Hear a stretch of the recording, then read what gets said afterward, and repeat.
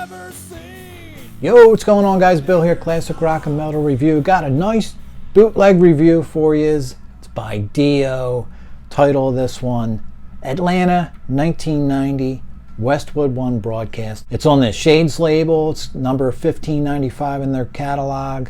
It is a single CDR. It is 79 minutes and 14 seconds total running time on this. And we'll talk about why that's kind of cool coming up. Collector's item, aka bootleg, aka the good stuff. I love bootlegs. Sorry the bands aren't getting paid quite what they should be. Not my problem. I'm buying all the stuff I can from you that you're putting out for the most part. I need more. All right, so here's another look at the back cover. Shades, the label, like I said. I'll go over the performance, the sound quality, run through the set list, highlights and lowlights, yes, point them out. And then finally the packaging, examine that, give you an overall final rating on the product. And just to be clear, I'm not reviewing the concert. I wasn't at it. I wasn't at this tour. I'm reviewing this Shades CD. There are a couple other versions out there online. So specifically talk about this one. So for Dio in 1990, May 15th specifically, we get his 5th solo album. It's called Lock Up the Wolves. An entirely new lineup versus Dream Evil from 1987, his prior album. I don't own Lock Up the Wolves. I only got Dream Evil a year or two ago, which I think is a pretty damn good album. I would say it's probably on the par with Sacred Heart. All right, so no, not elite Dio, but pretty good stuff. Lock Up the Wolves, never heard it. And sometimes, this is how I sort of eke my way into a certain era of a band that I'm not familiar with. Rather than just jump in with the regular album, which would probably make more sense, go for a bootleg or a concert that delivers a couple of those songs mixed in with all the usual stuff that I'm familiar with. And you get a flavor for the band live in addition to a couple of songs like I mentioned. In fact, I picked it up for about $8. And for that much, how can you say no? What a great way to check out a different era of a band. $8 bootleg concert. So the Lock Up the Wolves tour began in the Netherlands the day after the album came out. That would be May 16th of 1990. On through Europe, including 7 UK dates, followed by the United States starting August 1st.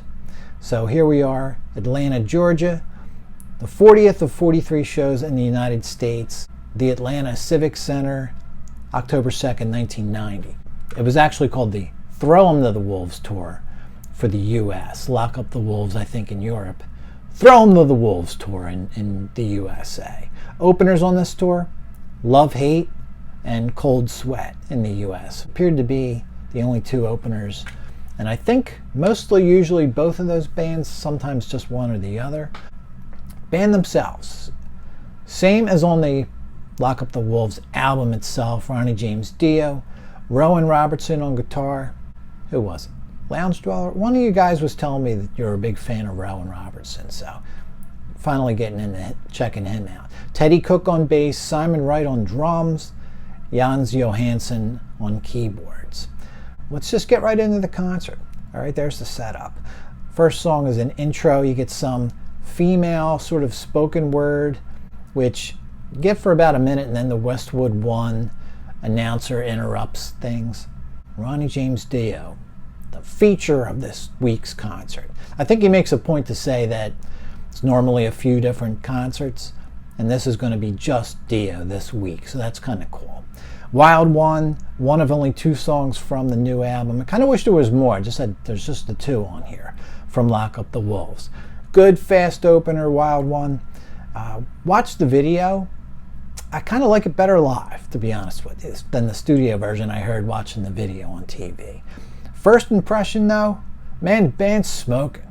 Man, really surprised by how good they sound. So that was track 2, Wild One, good one.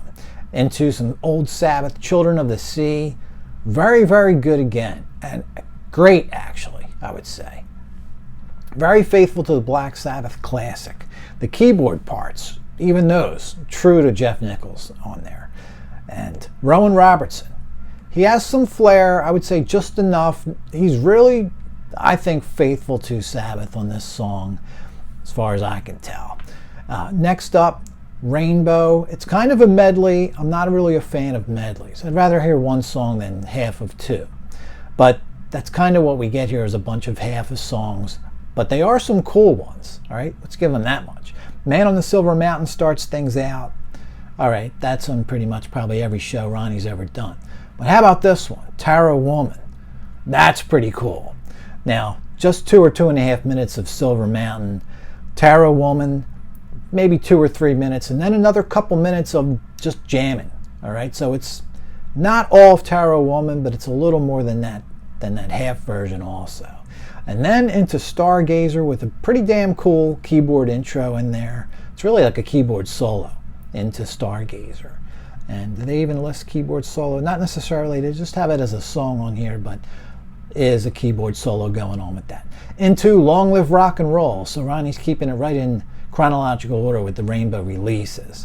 Now, as I already said, not a big fan of medleys. And again, this one's only 2 or 3 minutes of Long Live Rock and Roll.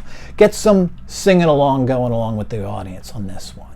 Tarot Woman was really great to hear. Got to admit, that's the first time I've noticed this on a Dio show. All right, so the sound quality, let's talk about that for a minute. When I listen to things in my car, the car's got a pretty good system that I put in there like 3 years ago. I never really have to touch the dials on that thing. This thing basically sounds like it's a couple generations from master, and the highs are just really shrieky. I don't know if that was the original copy or just from getting passed down a little bit, because the quality overall is pretty good, but the highs are just piercing and kind of distracting. The only thing I really ever have to touch on my car, and rarely have to touch that, is the bass boost. I kept checking to make sure it was on. It's a very trebly recording in that way. And yes, the bass boost was on. Now I can dial up or dial down the treble in my car. It's just a pain in the ass. I'd have to basically pull over to do it. Go scroll through menus and stuff. Not convenient when you're driving down a highway. So I didn't do it and just listened to it the way it is. And it's an okay listen, but those highs are just really a little too much. So I get this thing home. I'm ready to, honestly guys, I'm ready to like, all right, this is trade bait. Sell it, give it away. That's what I'm thinking. Let me give it another shot in my home stereo. I have a bass boost on that too, and that's usually all I need to do. I have the same settings at home that I've had forever. Treble's on like 8, bass is on like 7, and the bass boost is on. That does 95% of my listening perfectly fine. All I had to do really for this release here was back the treble down from 8 to about 6.5 or 7. And it sounds great. I mean, I was really shocked. Such a better listen. So a little bit of the high frequencies on here that need to be dealt with. And just deal with them, and you got a great sounding recording, really. I'd give it around an 8 once you're able to tweak it. It was probably in the 6 range prior in the car. So Stand Up and Shout next. We're getting into some classic Ronnie solo, and it's a really strong version of that song. And it's the complete song. We're done with the medley bullshit for the most part anyway. Don't Talk to Strangers is next, another killer track. My biggest takeaway from this recording is that this band is great. They really are. And I'm not just talking about I'm talking about the whole band. They sound awesome. I mean, they sound as good as Ronnie's original band. Go ahead and say they don't, because you probably haven't listened to this if you think I'm wrong. They sound amazing. Next up, Last in Line. It goes into a Heaven and Hell, but we get most of Last in Line before that happens. And then we get all of Heaven and Hell. It's about 8 minutes. Does have little extended parts, so it's about a minute longer than the Sabbath record. And we get a sort of Last in Line reprise at the end there. But nice full versions of those songs, not really extended. Yeah, it's kind of a medley, but not really when you're getting the entire songs in there. You know what I mean? So as far as the band, all right, so why are the drums great? They just are.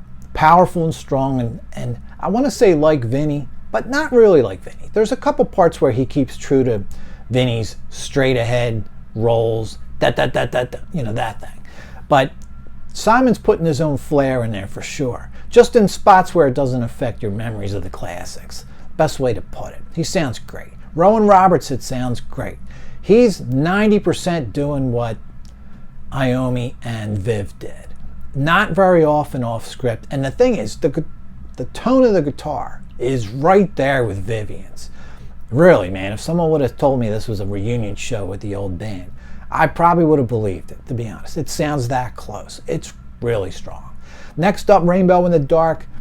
Very good version of that. Now here's a nice gem on here. And there was actually one in the beginning of the show. I didn't mention it at the time. But Wild One doesn't show up on most of the versions of this show. Look on YouTube, multiple uploads. Wild One's not on most of them. It's a 69-minute show there. This is 79 minutes. And it's Wild One from Lock Up the Wolves, Open Things Up. And then Egypt, the Chains Are On, which I really like that song. You know, it's not one of the best on Last in Line, but it's just cool deep track, I'd say. And I have to admit, this version's not phenomenal. And this version is kind of shortened. It's not, I don't know, half the version or something like that. So it's cool to hear it. You know, it's not very commonly played, especially at this point. I had no idea it was still being played, right? It sounds pretty good. It's cool to hear it, though. It's a shame it's kind of a shortened version. Then we do get a full Holy Diver and a full 9 minutes of title track Lock Up the Wolves. That's some cool shit right there. It's a little sort of plotting, heavy as hell, you know, really menacing, dehumanizer-like material, all right? It's the best way to describe it. I like this song. I think I need me some Lock Up the Wolves, all right? This CD did exactly what I hoped it would do in that regard. It's got me wanting this album now. And over just 2 songs, really. But the band, they're great, for sure. We Rock is the ender here, and then as sort of a bonus track, we get the Mob Rules, which sounds better. This is better sound quality, this one bonus track. Now, I looked this setlist up on Setlist FM, and it actually has Mob Rules as the opener, which was the opener on a lot of the shows on this tour, apparently. Now, I don't know if it was here. It sounds to me like we're listening to the show the way it was, with the sort of MC thing going on in the front, which goes right into Wild One, which makes sense. Fast song from the new album. It was the single. So I'm not sure what's the real deal there. Mob Rules is the opener on Setlist FM, and I'm not sure which was. Nevertheless, it's a bonus track here, and that's, okay, better sounding, like I mentioned. So let's take a look at the packaging. You've been seeing the front cover all along. So open that cover up. Inside the door, we get just the tray card, so there's no booklet or anything. Some pictures of Dio in action. All right? And Rowan there? Yeah, guess so. And the whole band on that one shot. Disc itself, CDR, as I mentioned, so, okay. Just a little simple thing there. Looks pretty cool, though. Like that they kept the color scheme. The red fade to black Dio looks pretty cool, I think. And beyond the disc, some Lock Up the Wolves art on display there. That's pretty cool. Dig that. What is that? A lot of times I never really look closely at stuff, see what the hell I'm even looking at. I don't know. Something going on there that looks cool. All right. And then the back cover I've already showed you guys a bunch of times. There she is again. Summary. Ready to dismiss this thing after that shrill car listen. All right. But in the house it sounded great and without much adjustment. I just couldn't enjoy it enough to engage in it in the car. You know, when you're reaching for that bass boost 3-4 times to make sure it's on, you know you have a rough lesson going on. Despite several short sort of medley type songs, the band is just fantastic, honestly. I had no history of listening to these guys. No investment, you know, in this version of the band at all. Playing, I would say the same. And the sound quality, once you get to a system you can adjust it on, very good. And I would have to give this thing an 8, and now I want Lock Up the Wolves. I don't know how good that overall album is, but I want to hear it now just from hearing these couple of songs on Dio, Atlanta, 1990, Westwood One Broadcast Shades CD. They're up in the 2000s now, so this one being number 1595 must be at least a few years old, 3, 4, 5 years old, who knows. All right, guys, that's going to do it. Little bootleg review for you. In case you run across that and you're a fan of that era, or if you never heard this version of the band live, check it out. Guys, that'll be it for now. Oh, by the way, dialed up a margarita. I haven't had a margarita in like a year. Let's see what's happening. I'm an eyeball bartender. There's no measuring with me. So let's see what kind of reaction we get here.